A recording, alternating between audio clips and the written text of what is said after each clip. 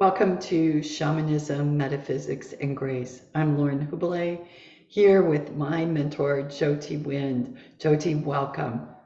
Thank you, Lauren. Good to be here. It is, and I'm really looking forward to you shedding some light on all this fascinating energy I've been experiencing. We've got a full moon eclipse ahead. What can you tell us about it? So there's a full moon eclipse, lunar eclipse tomorrow morning at 4:02 a.m. Mountain Standard Time. Okay.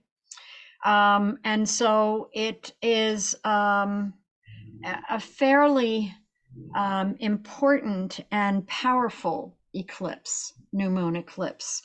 I want to go back a little bit. In January of 2020, just at the beginning, toward the beginning of the pandemic, we had a Saturn Pluto conjunction. And then we had a Jupiter Pluto conjunction about a month or so after.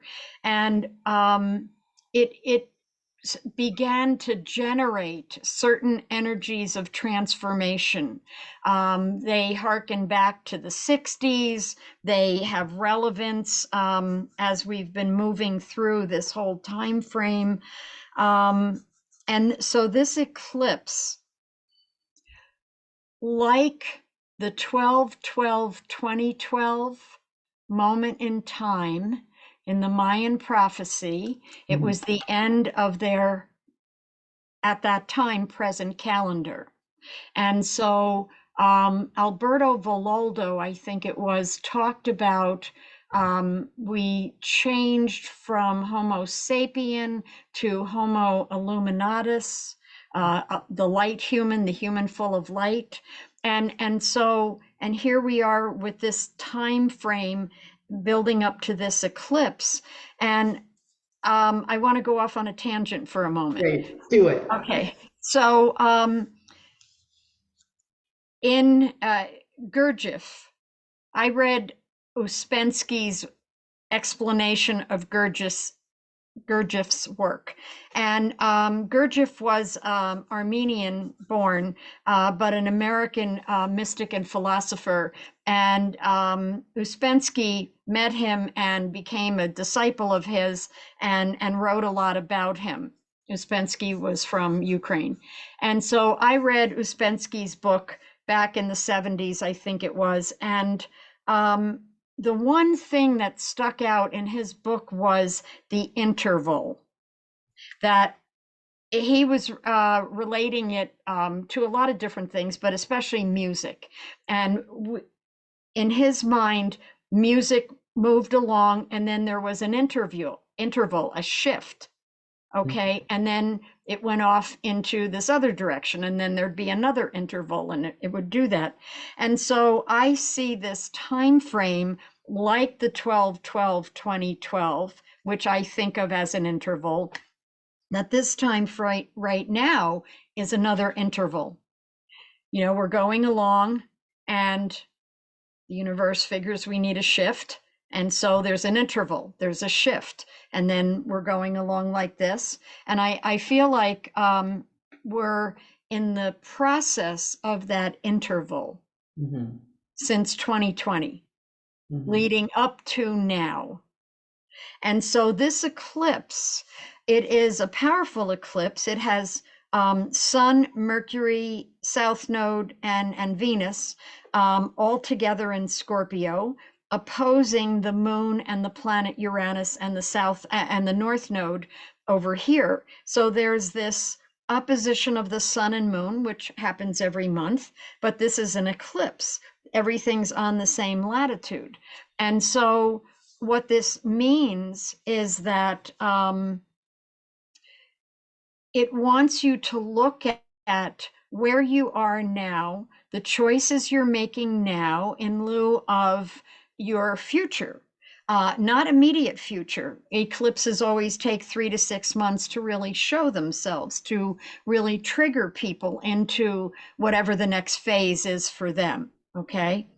And so what I'm looking at here is that you know, the full moon is, you build to the full moon, from the new moon to the full moon, and then the moon wanes and things kind of fall off the cliff. So everybody's sitting here with this election day in America on this full moon eclipse. And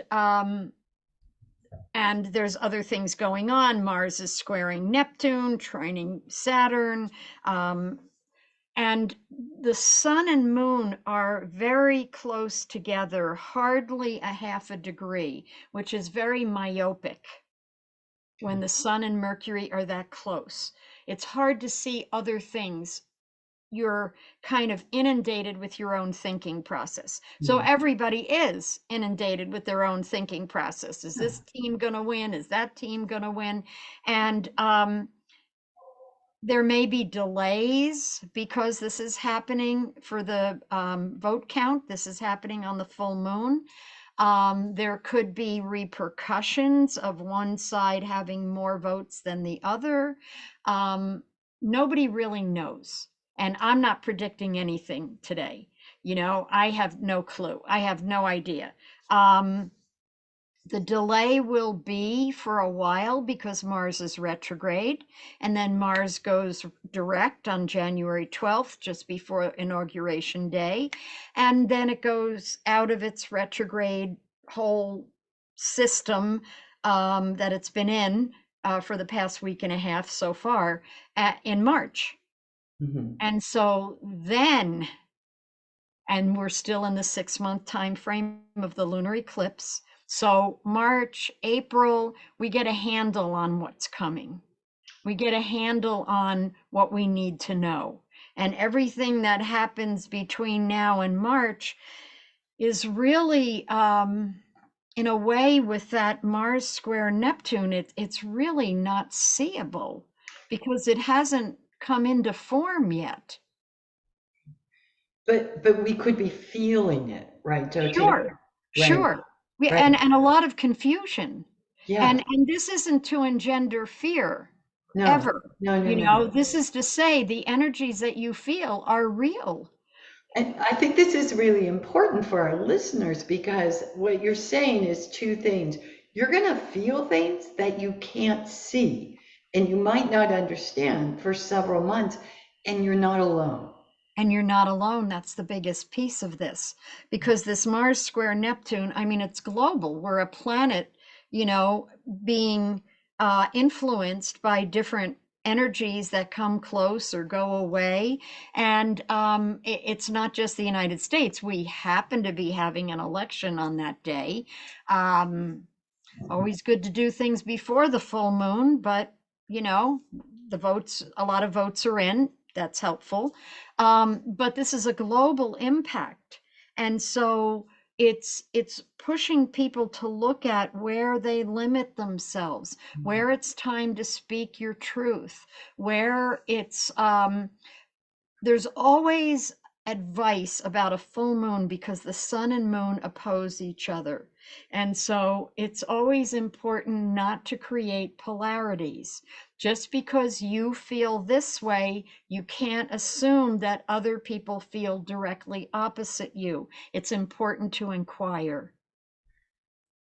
How So do you feel? yeah. So what would that look like is not making assumptions of how someone else feels, right? Right, Because right. good advice all the time, but Yes, particularly in this time. So some of the themes I'm seeing play up are people questioning their jobs. And is this really where I want to be? Is this the kind of work I want to be doing? Questioning relationships. Is this really serving me still? Would yes. this be in alignment with what you're speaking of, Jyoti? And this started when the pandemic started, when Saturn conjuncted Pluto and then Jupiter conjuncted Pluto back in the early 2020s. Right, right. And that set in motion this whole questioning. And with Mars squaring Neptune, I mean, Neptune is spirituality, but it's also the veil that wants to be rent, you know? And so it creates an illusion of sorts or confusion, or things aren't really clear, and then it comes in and rents the veil and shows you the truth of things. So we're still in the process of not knowing, not being able to see clearly. Yeah. Yeah. And but what's interesting is there was a lot of effort put into trying to see things clearly. Oh, I've got it now. This is how it's going to be. And I think what's causing the discomfort right now is the realization that no, I really don't have it and I really can't see it. I may need to make some changes. Yes, yes. And maybe what we've thought we saw Yeah. was part of that Neptune illusion that the veil hasn't been rent yet. We're not done here. Late January, I mean, Mars is retrograde, squaring Neptune. It's going to turn, it's going to continue its retrograde process, move away from its square to Neptune, and then after it goes direct, Mars goes direct in January around the 12th. Later that month, I think it is, um, later January or later February, I didn't check. Mars will come through and square Neptune, not for weeks, but just for 2 or 3 days and move on. And then we'll have some more of our answers and some more of our clarity. So, Jyoti, it seems to me there's some really good advice you could be sharing with folks right now because there are big emotions out there. And Yeah. so much of your messaging and sharing over these last months is how to care for yourself and take care of yourself through these changes. What would you like to share with folks today? Well, in the full moon tomorrow, the moon is the same degree as the planet Uranus. And Uranus, being the ruler of Aquarius, is also the changer, the lightning bolt of change. You get struck by this lightning bolt and your life is not the same. And thank goodness, it's like that interval that comes in so we can make the changes we need to make. And so with the moon conjuncting the same degree, almost a little bit less than a degree apart when I look at the minutes, but it's so close that there'll be unexpected emotions, unexpected feelings coming out of nowhere, coming out of left field, um, unexpected emotional situations to have to process and make peace within yourself that I I never felt like this before, or where did this feeling come from? I don't usually entertain those kind of feelings. It's opening up the emotional body, the astral body, so that those little birds of negativity can fly the coop, let's say, or those resentments can just kind of be released by this change that's upon us all. Because as Uranus is conjuncting the moon, it's also exactly opposing the sun in the heavens right now for these couple days, several days, exactly tomorrow, pretty exact. And it's about change and it's pushing it. And it's like, what did Don Juan say in the Carlos Castaneda books? Most people don't do anything until their back's against the wall, and personally, I wouldn't have it any other way. This is that. A little taste of it, just for a couple days. I mean, it's not ongoing, that push, but it is saying you need to make changes. Pay attention, see what calls your attention, and work on it. All good advice. And understanding that everyone else is also feeling this as well, I think is critical. In my world, we talk a lot about owning your own emotional care and knowing what your state is before you engage with someone else. So we've got a lot of uncertainty here, and to understand that the person you're sharing the room with or your home with has the same thing going on. Yeah, yeah, a lot of unknowns.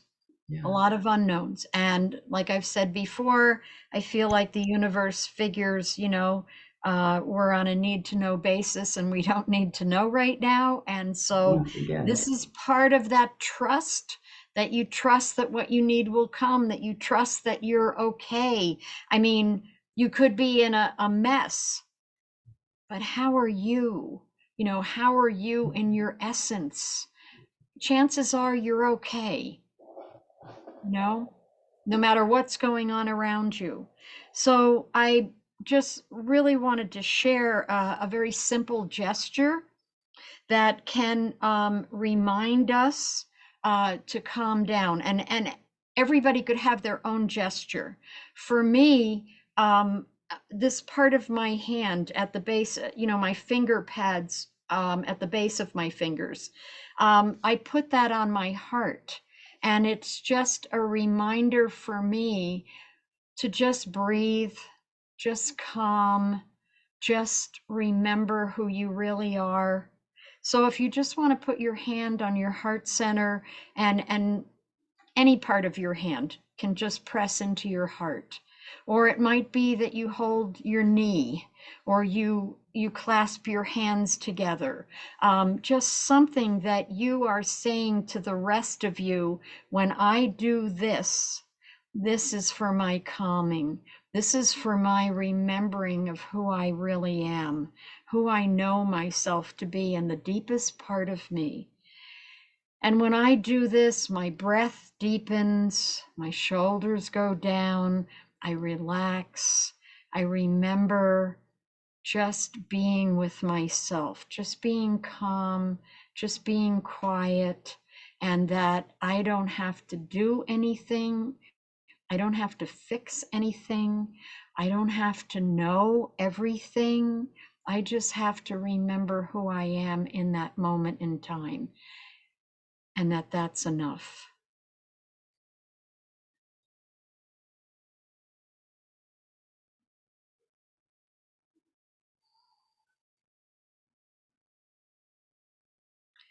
And sometimes you just stay with that gesture just for a few minutes.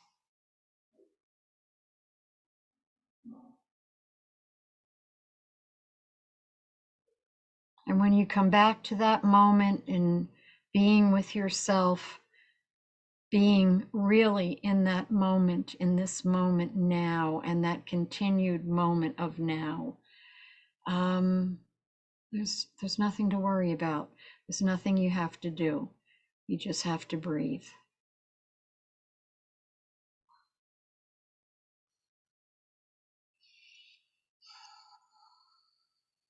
What a kind gesture and sharing for everyone, Jyoti. That's lovely. Thank you, Lauren. It's just something I came upon for myself. So if it gives somebody else an avenue into themselves or into a quiet moment, that's great. Beautiful. Anything else you'd like to share today? Um, no, I think that's it. Okay, wonderful. Hey, folks, if you're interested in working with Jyoti directly for an astrology reading, shamanic work, or take one of her classes, you might want to head on over to her website for further information. Jyoti, would you share that, please? Sure, it's jyotywindastrology.com. Well, we wish you all the best as in taking care of yourself through this full moon eclipse. Yeah.